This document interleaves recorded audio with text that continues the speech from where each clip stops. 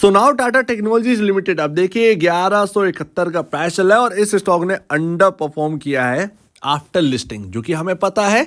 But यहां पर हम एक क्लियर एक राय बनाएंगे लॉन्ग टर्म में ये कहां कितना और कैसे जा सकता है। सिंपल सी बात है, एक बात में क्लियर करते हैं।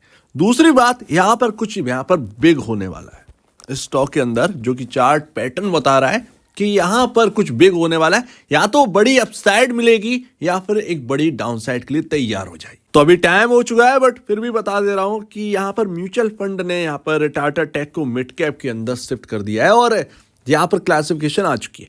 अब देखिए मिड कैप में तो ऑलरेडी हो ही चुका है, क्योंकि मैं आपको एक बार एक जनरल नॉलेज के लिए मार्केट कैप बता देता हूं। 0 से 5,000 करोड़ का मार्केट कैप वाली कंपनियां स्मॉल कैप के अंदर आती हैं और 5,000 करोड़ से ऊपर जो जाती हैं, 5,000 करोड़ से 20,000 करोड़ के अराउंड, वो मिड कैप के अंदर, और 20,000 करोड़ से ऊपर का मार्केट कैप गिना जाता है लार्ज कैप के अंदर, जैसा कि बताया जाता है। बट फिर भी यहां पर मिड कैप में रखा है, तो देखते हैं। और पॉसिबल है रूल्स बदल गए हो सकता है।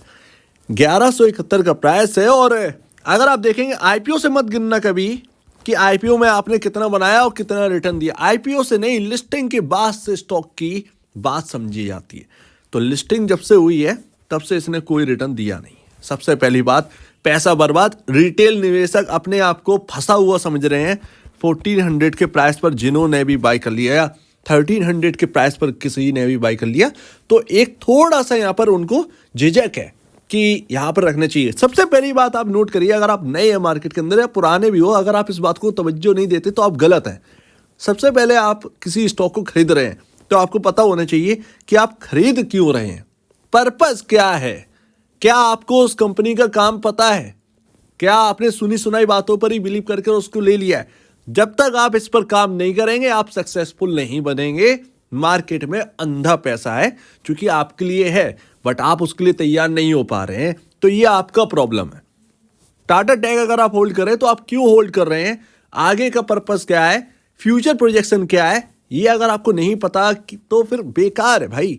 अगर आप किसी स्टॉक को होल्ड करो, अगर आपको नहीं पता तो ये सब बेकार है। लेकिन पॉसिबल है अब यहाँ पर, अब तो वो बात गई तो भाई यहाँ पर कुछ बिग हो सकता है, पॉसिबल है यहाँ पर। लेकिन फंडामेंटल बहुत महंगे हैं।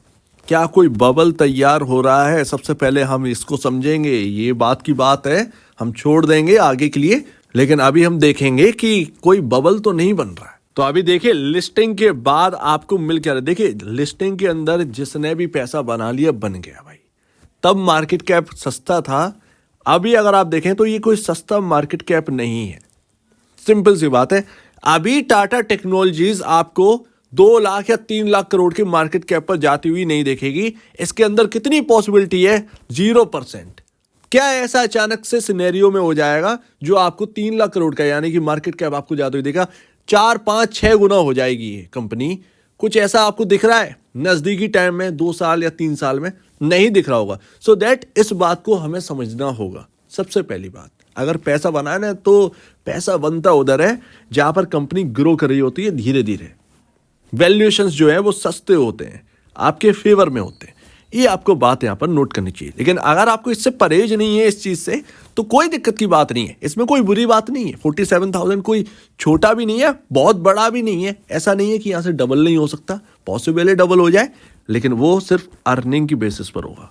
सिंपल सी बात। एंड लिस्टिंग के बाद भी अगर आप देखें कुछ नहीं बदला। एक स्टॉक होता है, आप देखेंगे टेक्नोलॉजी स्टॉक्स, जो कि मैं नोट करता रहता हूं यूएस का। आप कहेंगे यूएस कहां चले गए, इंडिया की बात करो। इंडिया की ही बात कर रहे हैं, इंडिया की बात करें। लेकिन पैसा सबसे ज्यादा बनाया है अगर, तो वहीं की कंपनियों ने बनाया है, इसीलिए हम उनको ट्रैक करते रहते हैं कभी कभार। तो अगर आप देखेंगे तो वो कुछ सेंट्स में लिस्ट हुई थी। सिंपल सी बात है, आप देखेंगे अगर कोई अमेजोन की भी बात करें तो वो $19 पर ही आई थी। कोई बड़ा मार्केट कैप नहीं था। या और किसी पर चले जाओगे तो वो कोई बहुत बड़ी लिस्टिंग के साथ नहीं आए, बहुत बड़ी लिस्टिंग के साथ नहीं है। तो निवेशकों को वहां पर मौका मिला है और अर्निंग बढ़ी और वहां से मार्केट कैप बढ़ा, सो दैट वहां पर पैसा मल्टी टाइम पैसा बनाया गया है।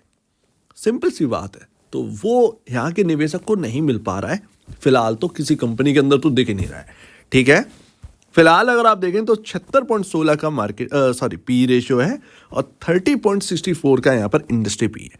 तो इसमें तो सीधा साधा दिख रहा है कि यहाँ पर वैल्यूएशन जो है वो अपने इंडस्ट्री पीयर काफ़ी हायर साइड है। दैट्स वाई मैंने आपसे कहा था कि कुछ स्टॉक्स ऐसे हैं जो कि आप देखिए यहाँ पर आपको पैसा ज़्यादा मिलेगा और पैसा ग्रो भी हुआ है। जैसे कि सस्किन मैंने आपसे कहा था, सस्किन आगे के लिए देखिए, इंडिया की ग्रोथ स्टोरी पर देखिए, 900 या 1000 के अराउंड मैंने बात करी थी, 1400-1500 आ गया, 50% का आपको रिटर्न ऑलमोस्ट दे रहा है। और लोग बात कर रहे हैं कि ये यहाँ पर ना ग्रोथ स्टॉक है। भाई मुझे अभी तक ये समझ में नहीं आया कौन सी ग्रोथ की बात कर रहे हैं।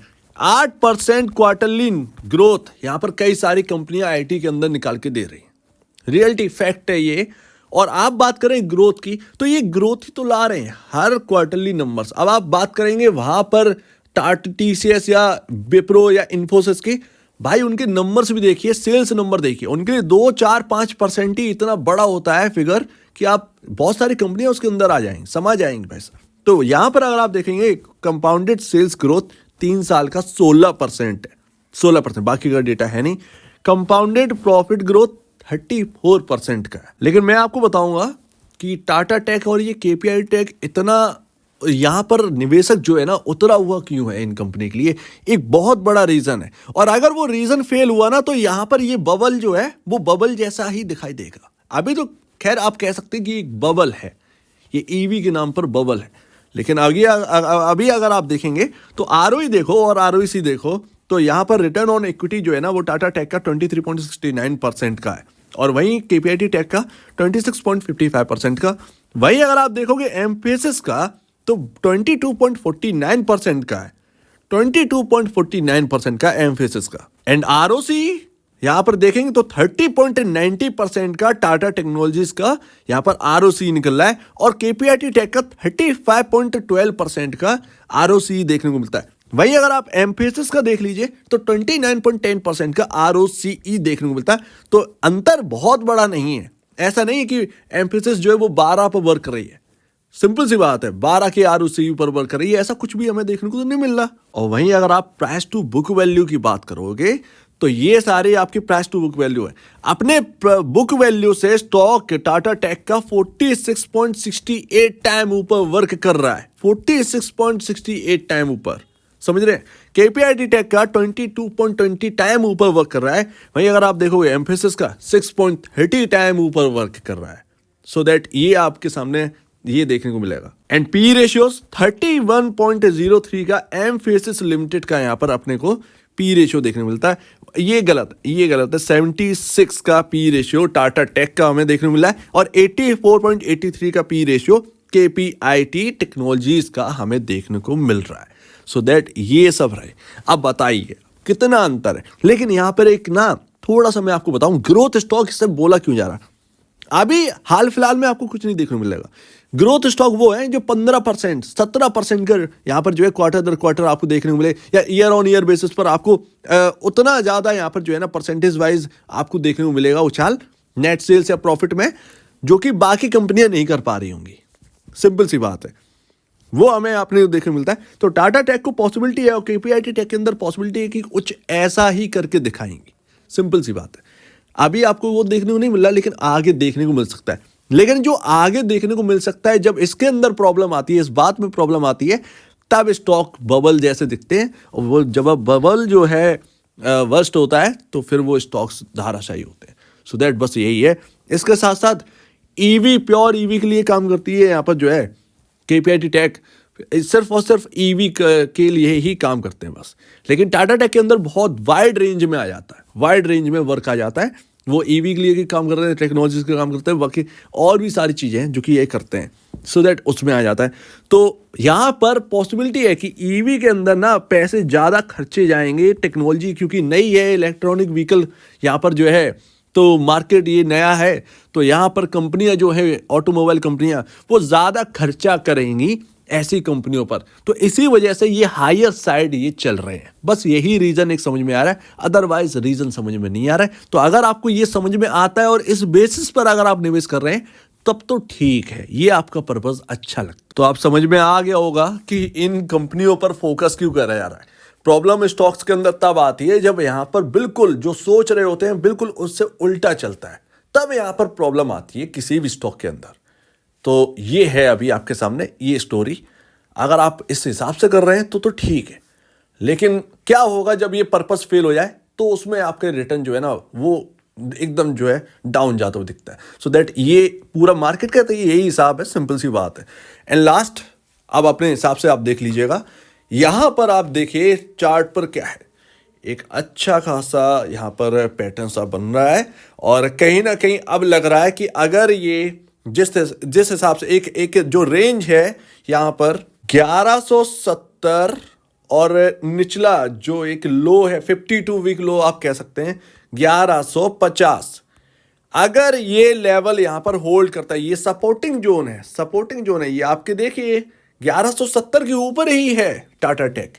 अगर ये यहां से फॉलो अप करता है और अगर ये ट्रेंड लाइन को ब्रीच करता है ये स्टॉक, तो यहां पर कहीं ना कहीं अब यहां पर इसकी चाल चलना है, यहाँ पर टाटा टेक अच्छा खासा चल सकता है। तो आप इसको ना ड्रॉ कर लीजिए अपने चार्ट पैटर्न पर, सॉरी चार्ट वाले स्टॉक। तो अभी काफी कुछ समझ में आया होगा, आपको समझ में आ गया होगा। अगर आप इस हिसाब से कर रहे हैं तो ठीक है, लेकिन फिर भी एक बार स्टडी जरूर करिए और करते रहिए, ज्यादा बेहतर है, देखते रहिए चीजों को। एंड लास्ट यहां पर चार्ट पर आप बात करते हैं, सो दैट है यहां पर 1170 ये जो रेंज होल्ड कर रहा है, ये जो लेवल जो होल्ड कर रहा है स्टॉक काफी दिनों से 1170 के नीचे नहीं जा रहा है। अगर जाता है तो 1150 उसके लिए है, जो कि आपका 52 वीक लो है, 52 वीक लो है। तो अगर स्टॉक गिरेगा तो इस रेंज में आकर कहीं ना कहीं सपोर्ट लेगा। खराब तब होगा जब 1150 के नीचे ट्रेड करने लगेगा स्टॉक, तब आप कह सकते हैं कि यस अब ये थोड़ा सा यहां पर माहौल गड़बड़ हो चुका है। सो दैट इस तरीके का पैटर्न आप यहाँ पर जो है ट्रेंड लाइन, और जब ट्रेंड लाइन ये ब्रीच होगी जो लगातार चलती आ रही है स्टॉक की, तो फिर यहाँ पर जो ना एक यहाँ पर अच्छा खासा रिटर्न बनता हुआ आपको देखने को मिलेगा। तो आपने चार्ट पर ये कुछ इस तरीके से बना लीजिए, और जब ये ट्रेंड लाइन को ब्रीच करके हायर साइड क्लोजिंग दे जाए तो आप समझ लीजिएगा कि कहीं ना कहीं अब टाइम आ चुका है टाटा टेक के चलने का। और हो सकता है उसमें हाइयर साइड आपको जाता हुआ देखे काफ़ी ज़्यादा, जो कि हो सकता है कि आपका 52 वीक हाई जो है वहाँ तक चला जाए। तो ऐसे में उस वक्त काइंडली वॉच करिएगा। तो काफ़ी कुछ हमने समझा, लेकिन 1150 के नीचे ना अगर ट्रेड करता है तो ये नेगेटिव कहीं ना कहीं रहेगा। तो इसके लिए आप थोड़ा सा स्टडी करिए टाटा टेक के चार्ट पर, इस हिसाब से कहीं ना कहीं देखने को मिल रहा है। तो आप अपने ब्रोकर या एडवाइजर हो उनसे जरूर सलाह लीजिए और खुद भी स्टडी करिए। मैं बोल रहा हूँ इसका मतलब ये नहीं है कि सब कुछ ठीक ही है, आपका स्टडी करना उस चीज़ पर ज़रूरी है, तभी जाकर कंफर्मेशन होगा कि मैं ठीक बोल भी रहा हूँ या नहीं बोल रहा। सिंपल सी बात है। तो आपका क्या कहना है इसके ऊपर कमेंट सेक्शन में, और अब वीडियो देखने के लिए बहुत धन्यवाद दोस्तों।